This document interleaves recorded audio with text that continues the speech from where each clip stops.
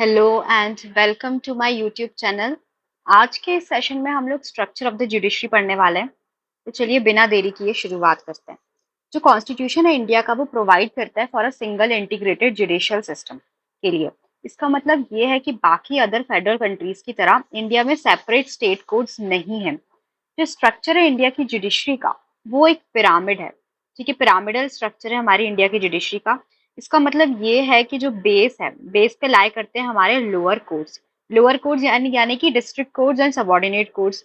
Middle में हमारे लाई करते हैं हाई कोर्ट्स और टॉप पे है हमारा सुप्रीम कोर्ट। तो ये पिरामिडल स्ट्रक्चर है हमारी इंडियन जुडिशरी का। ठीक है।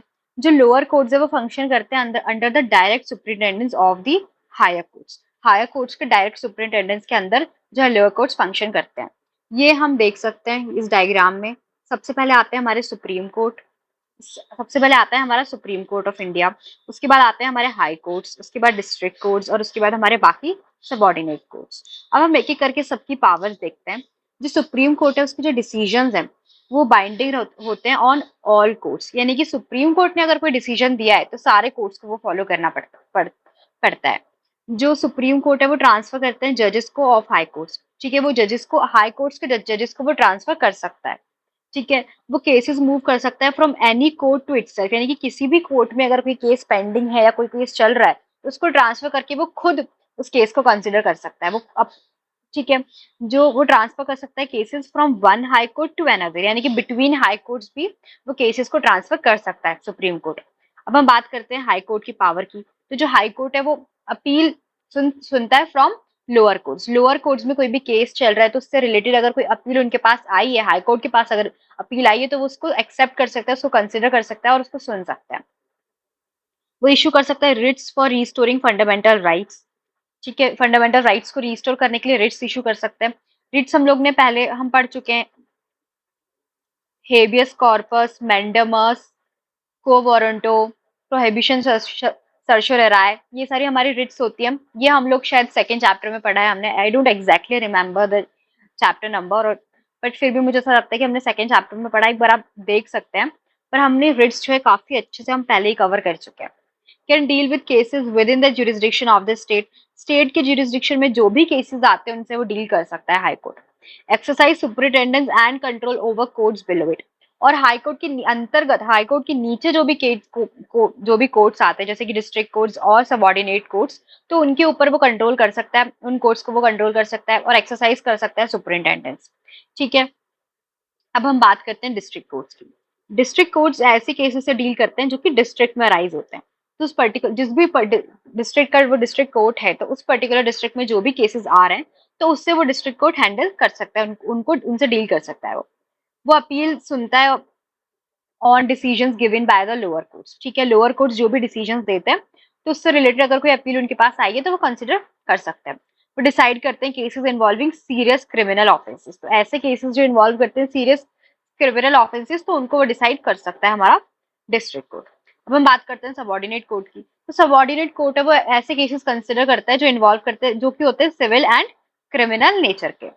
ठीक है, तो ये हमारे हमने डायग्राम देख लिया क्या हमारा स्ट्रक्चर है जुडिशरी का, इंडियन जुडिशरी का। अब हम बात करते हैं ज्यूरिसडिक्शन ऑफ सुप्रीम कोर्ट की। सुप्रीम कोर्ट का क्या ज्यूरिसडिक्शन है तो वो भी हम एक बार अब देख लेते हैं। The supreme court of India जो है वो one of the very powerful courts anywhere in the world. यानी कि दुनिया के सबसे ज्यादा पावरफुल कोर्ट्स में से एक है हमारा सुप्रीम कोर्ट। लेकिन फिर भी जो सुप्रीम कोर्ट है वो फंक्शन करता है with in the limitations imposed bye the constitution. यानी कि कॉन्स्टिट्यूशन ने जो लिमिटेशंस इम्पोज की गई हैं सुप्रीम कोर्ट के ऊपर उनके उसके अंतर ही वो उसके अंडर में ही हमारा सुप्रीम कोर्ट फंक्शन करता है। जो फंक्शन है और जो रिस्पॉन्सिबिलिटीज है सुप्रीम कोर्ट की वो डिफाइन की गई है बाय द कॉन्स्टिट्यूशन। हमारे कॉन्स्टिट्यूशन ने फंक्शन और रिस्पॉन्सिबिलिटी सुप्रीम कोर्ट की पहले ही डिफाइन कर ली है। जो सुप्रीम कोर्ट है उसके हैज स्पेसिफिक ज्यूरिसडिक्शन या फिर स्कोप ऑफ पावर्स। ठीक है, सुप्रीम कोर्ट के पास का स्पेसिफिक ज्यूरिसडिक्शन है या फिर स्कोप ऑफ पावर्स है। तो हम वही देखते हैं कि क्या है jurisdiction of supreme court.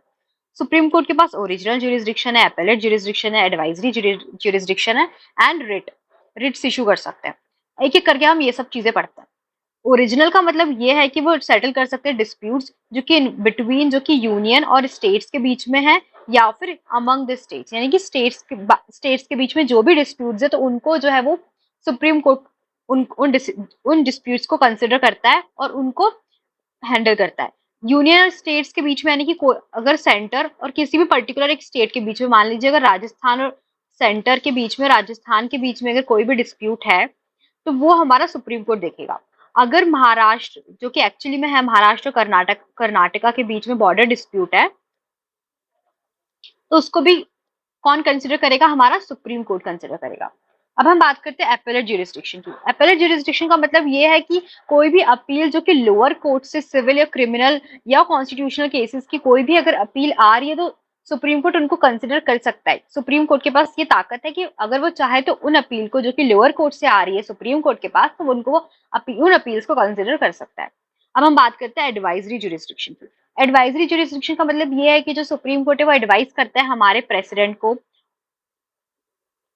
Advice करता है on matters of public importance and law, यानी कि पब्लिक इंपॉर्टेंस एंड लॉ के मैटर पे हमारा सुप्रीम कोर्ट जो है वो एडवाइस कर सकता है प्रेसिडेंट को।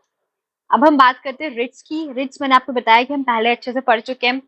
कई कैन इशू रिट्स, कई टाइप की रिट्स होती है, habeas corpus, mandamus, prohibition, certiorari, quo warranto. तो ये सारी रिट्स जो है वो हमारा सुप्रीम कोर्ट इशू कर सकता है fundamental rights of the individuals को प्रोटेक्ट करने के लिए, यानी कि भारत के नागरिक की, हमारे देश के जो सिटीजन है उनकी फंडामेंटल राइट्स को प्रोटेक्ट करने के लिए ये रिट्स जो है हमारा सुप्रीम कोर्ट इशू कर सकता है। सुप्रीम कोर्ट के पास एक स्पेशल पावर भी होती है कि वो स्पेशल लीव दे सकता है to an appeal from any judgment or matter passed by any court in the territory of India, यानी कि कोई भी जो भी किसी भी कोर्ट या किसी भी इन the territory of India, and कोई भी जजमेंट या मैटर पास किया गया है any court in the territory of India, India की टेरिटरी में, तो उसको कंसिडर हमारा सुप्रीम कोर्ट उसको स्पेशल लीव ग्रांट कर सकता है, उसको अनुमति दे सकता है वो उन अपील्स को। ठीक है, तो ये एक स्पेशल पावर है हमारी सुप्रीम कोर्ट की, एससी की हमारी। अब हम बात करते हैं, ये जो हमने पढ़ा original jurisdiction, writ jurisdiction, appellate jurisdiction and advisory jurisdiction, तो इसको हम एक बार डिटेल में अच्छे से पढ़ लेते हैं। तो ये हमारा कंप्लीट हो जाएगा, ज्यूरिसडिक्शन ऑफ सुप्रीम कोर्ट वाला टॉपिक जो है हमारा कंप्लीट हो जाएगा। अब हम देखते हैं ओरिजिनल ज्यूरिसडिक्शन।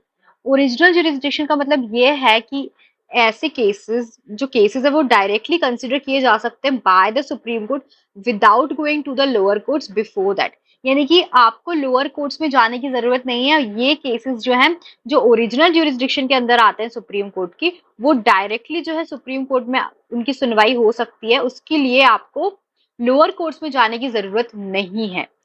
ठीक है, जो ऐसे केसेस जो इन्वॉल्व करते हैं फेडरल रिलेशंस, वो डायरेक्टली जाते हैं to the supreme court. Federal relations यानी कि सेंटर और स्टेट के बीच में कोई भी डिस्प्यूट अगर आ रहा है, अगर सेंटर और स्टेट के रिलेशंस के बीच में कोई डिस्प्यूट, अगर उनके सेंटर और स्टेट में कोई डिस्प्यूट जो है वो अराइज हो रहा है, तो वो डायरेक्टली सुप्रीम कोर्ट के पास जा सकते हैं, वो लोअर कोर्ट्स के पास जाने की उनको जरूरत नहीं है, क्योंकि ये सुप्रीम कोर्ट के ओरिजिनल ज्यूरिसडिक्शन के अंतर्गत आते हैं।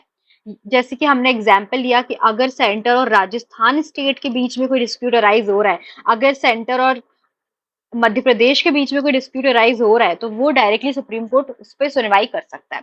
The original jurisdiction of the supreme court establishes it as an umpire in all disputes regarding federal matters.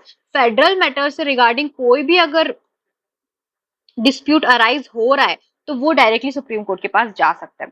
किसी भी फेडरल कंट्री में लीगल डिस्प्यूट्स जो है वो they are bound to arise, वो तो होने ही है between the union and the states. Centre यानी कि यूनियन और स्टेट्स के बीच में लीगल डिस्प्यूट्स अराइज होना तो बहुत ही ज्यादा फेडरल कंट्री के अंदर तो ये आम बात है। And among the states themselves, और स्टेट्स के बीच में भी हो सकता है। रिवर वाटर को लेके डिस्प्यूट्स हो सकते हैं भाई, बॉर्डर को लेके डिस्प्यूट्स हो सकते हैं, बाउंड्री को, स्टेट्स की बाउंड्री को लेकर जो है वो डिस्प्यूट्स हो सकते हैं। तो ये तो बहुत ही कॉमन बात है और ये डिस्प्यूट्स राइज हो सकते हैं, और वो डिस्प्यूट्स जो है हमारा सुप्रीम कोर्ट वो डायरेक्टली हैंडल कर सकता है। The power to resolve such cases is entrusted to the supreme court of India. Supreme court के पास ये पावर है कि वो रिजॉल्व कर सकता है इन केसेस को। इसे हम लोग ओरिजिनल ज्यूरिसडिक्शन इसलिए कहते हैं क्योंकि सुप्रीम कोर्ट, सिर्फ सुप्रीम कोर्ट के पास ये पावर है कि वो डील कर सकती है ऐसे केसेस को लेके। यानी कि जो केसेस ओरिजिनल ज्यूरिसडिक्शन के अंदर आते हैं, जो हमारा फेडरल मैटर है, जो ऑफ सेंटर एंड स्टेट, जो उनसे रिलेटेड अगर उनके बीच में कोई भी डिस्प्यूट अराइज हो रहा है, तो वो केसेस सिर्फ और सिर्फ सुप्रीम कोर्ट ही उन पर सुनवाई कर सकता है, सिर्फ सुप्रीम कोर्ट ही उन केसेस को कंसिडर कर सकते हैं, बाकी और किसी की भी कोर्ट के पास ये पावर नहीं है। इसीलिए इसको हम लोग बोलते हैं ओरिजिनल ज्यूरिसडिक्शन, क्योंकि supreme court alone has the power to deal with such cases, ऐसे केसेस जो कि regarding they are those cases which are regarding the federal matters. ठीक है, अब हम बात करते हैं neither the high court nor the lower court, यानी कि ना कि हाई कोर्ट ना ही लोअर कोर्ट के पास ये पावर है कि वो डील कर सके इन ऐसे केसेस से। जो सुप्रीम कोर्ट है वो सिर्फ सेटल ही नहीं करता है डिस्प्यूट्स को, बट वो इंटरप्रेट भी करता है power of union and the state government as laid down by the constitution. Constitution में जो भी पावर्स बताई गई हैं, जो भी मेंशन की गई हैं यूनियन स्टेट गवर्नमेंट की, तो उन पावर्स को इंटरप्रेट भी करता है हमारा सुप्रीम कोर्ट, सिर्फ डिस्प्यूट सेटल करने का ही काम नहीं करता है। अब हम बात करते हैं रिट ज्यूरिसडिक्शन की। रिट ज्यूरिसडिक्शन जो है हम लोगों ने फंडामेंटल राइट्स वाले चैप्टर में पहले ही पढ़ लिया, यानी कि ये चैप्टर हमारा सेकेंड है, तो हमने चैप्टर सेकेंड में जो है रिट ज्यूरिसडिक्शन पहले ही पढ़ लिया है। ठीक है, कोई भी इंडिविजुअल जो है जिसके फंडामेंटल राइट्स जो है वो वायलेट हो रहे हैं, वो डायरेक्टली जा सकता है सुप्रीम कोर्ट के पास फॉर रेमेडी, यानी कि जरूरी नहीं है कि वो हाई कोर्ट के पास जाए, वो जा सकता है हाई कोर्ट के पास भी, हाई कोर्ट भी इशू करता है रिट, बट वो डायरेक्टली अगर फंडामेंटल राइट्स वायलेट हो रहे हैं तो कोई भी इंडिविजुअल डायरेक्टली सुप्रीम कोर्ट में जा सकता है। ठीक है, अगर उसके और वो रेमेडी ग्रांट वो मांग सकता है। ठीक है, अगर उसके फंडामेंटल राइट्स जो है वो वायलेट हो रहे हैं, तो सुप्रीम कोर्ट जो है वो दे सकता है special orders in the form of writs. Writs के फॉर्म में स्पेशल ऑर्डर्स जो हमारा सुप्रीम कोर्ट वो देता है। जो हाई कोर्ट है वो भी इशू कर सकता है रिट्स को, but the person whose writs are violated have the choice of either approaching the high court or approaching the court supreme court directly, यानी कि हाई कोर्ट भी जो है वो इशू करता है रिट, मैंने बताया आपको, पर जिस भी पर्टिकुलर पर्सन के राइट्स वायलेट हो रहे हैं फंडामेंटल राइट्स, उसके पास ये चॉइस रहती है कि या तो वो हाई कोर्ट को अप्रोच करे या फिर वो डायरेक्टली जा सकता है सुप्रीम कोर्ट को अप्रोच कर सकता है, तो ये उसके ऊपर है। ठीक है, उसकी चॉइस है ये।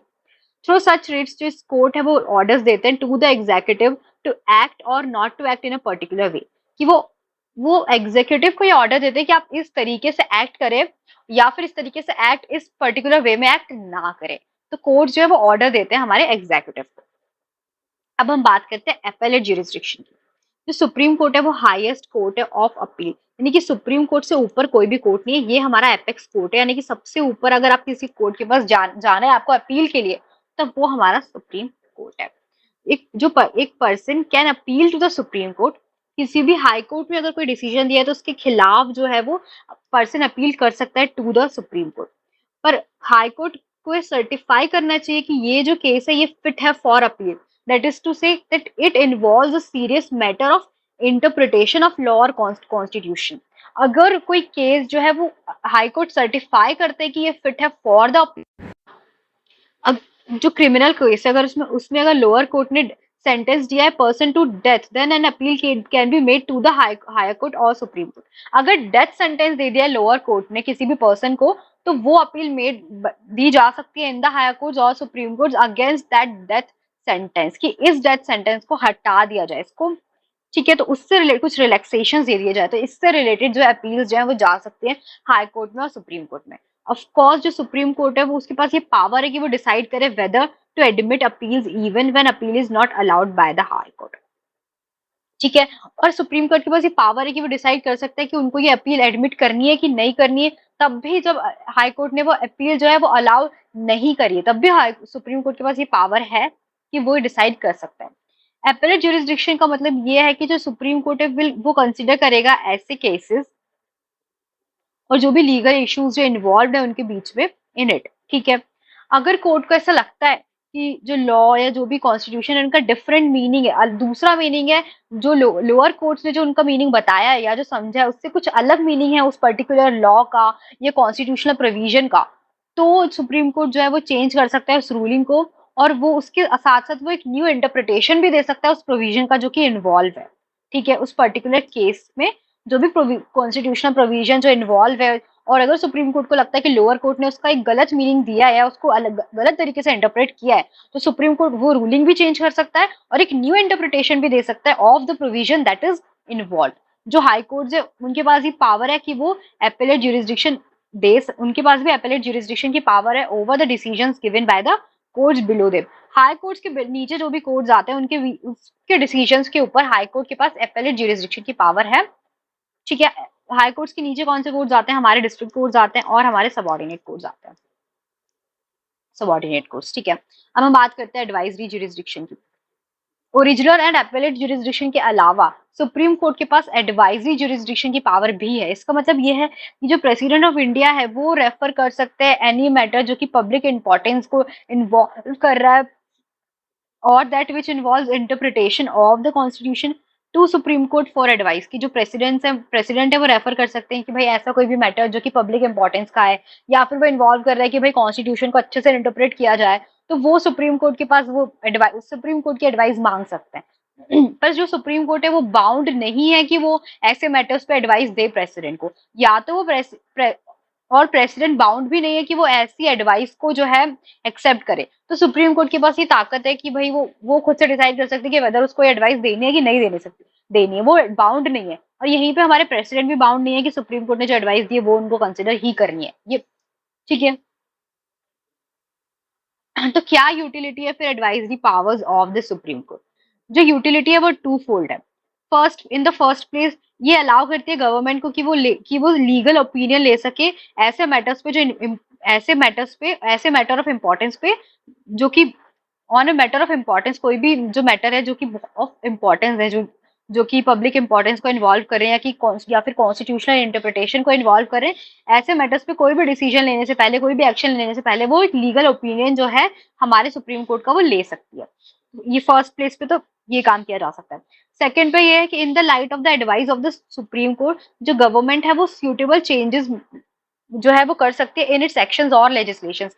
जो भी हमारी गवर्नमेंट जो लॉज या रेगुलेशंस लेके आना चाह रही है, जो भी लेजिस्लेशंस लेके आना चाह रही है, उनको in the light of the advice of the supreme court के एडवाइस के अनुसार जो है वो उसके अंतर्गत जो है हमारी गवर्नमेंट उसमें कुछ सूटेबल चेंजेस जो उनको लगता है कि ये होने चाहिए तो वो चेंजेस जो है वो कर सकती है।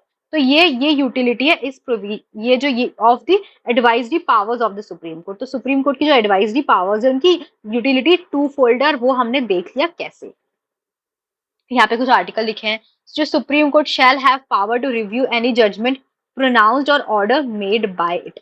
यानी सुप्रीम कोर्ट के पास की ताकत है कि कोई भी जजमेंट अगर सुप्रीम कोर्ट ने दिया है तो उसको वो दोबारा से रिव्यू कर सकती है। आर्टिकल 137।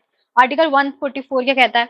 जो भी authority civil and judicial in the territory of India shall act in aid of the supreme court. ठीक है, कोई भी अथॉरिटी या तो वो सिविल है या फिर वो जुडिशियल है हमारी इंडियन टेरिटरी के अंदर, उसको एक्ट करना पड़ेगा in the aid of the supreme court. Supreme court के अंदर ही उसको अंडर में उसको जो है वो एक्ट करना पड़ेगा। ठीक है, अब हम ये भी देख लेते हैं। ये तो हमारी कुछ एक्टिविटी है। इसके बाद हमारा टॉपिक आता है जुडिशियल एक्टिविज्म। तो ये जो टॉपिक है जुडिशियल एक्टिविज्म का, ये हम नेक्स्ट लेक्चर में हम लोग देखेंगे। आज के लेक्चर के लिए इतना काफी। हम लोगों ने सुप्रीम कोर्ट की क्या जुरिस्डिक्शन है वो देख लिया हमने, jurisdiction of the supreme court देख लिया हमने, और उसके साथ साथ हमने स्ट्रक्चर देख लिया और ऑफर इंडियन जुडिशरी जो कि एक पिरामिडल स्ट्रक्चर है। अगर हम रिवाइज करें दोबारा से हमें जो पढ़ा तो हमने देख लिया कि जो स्ट्रक्चर है इंडियन जुडिशरी का वो पिरामिडल है, जिसमें टॉप पे एपेक्स जो कोर्ट है वो हमारा सुप्रीम कोर्ट है, मिडिल में आता है हमारा हाई कोर्ट, और सबसे नीचे आता है हमारा लोअर कोर्ट्स जो होते हैं, यानी कि जो डिस्ट्रिक्ट कोर्ट्स होते हैं या फिर जो सबऑर्डिनेट कोर्ट्स हैं वो उसके नीचे आते हैं। इसके अलावा हम लोगों ने जुरिस्डिक्शन देख लिया है। तो आज के लेक्चर के लिए इतना काफी है। I hope that you liked my video and thank you for watching it.